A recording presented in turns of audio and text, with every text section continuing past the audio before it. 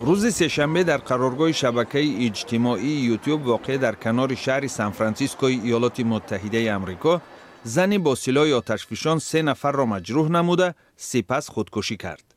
دوربین‌ها فرار خادمان یوتیوب از مکان تیرپرانی را نوار گرفتند. پلیس تصدیق کرد که زن متهم با حمله در قید حیات نیست. ما 4 قربانی را با جراحت‌ها از سلاح آتشفشان انتقال دادیم. یک نفر با حمله متهم می شود که در قید حیات نیست. او ظاهراً از سلاح آتشفشان به خود تیرکو شد. فعلا ما او را مسئول تیرپرانی می دانیم، ولی تحقیق ادامه دارد. تخمیناً نصف روزی سه‌شنبه پلیس شهرک سان برونو در ایالت کالیفرنیا ایالات متحده آمریکا خبر یافت که در قرارگاه یوتیوب تیرپرانی جریان دارد. شاهدان درباره قربانی‌ها از تیرپرانی معلومات دادند.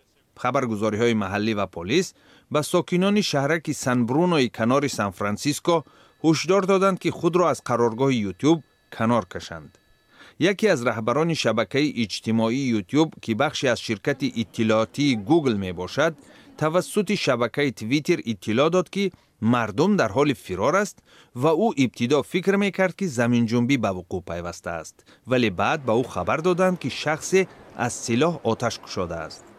هواپیماها فرار مردم زیادی و کافتوکاو سلاح از طرف پلیس را نوار گرفتند. شفاخانه‌های محلی زخمیان را معالجه می‌کنند و صبح چهارشنبه پلیس فقط مرگ مسئول حمله را تصدیق کرده بود.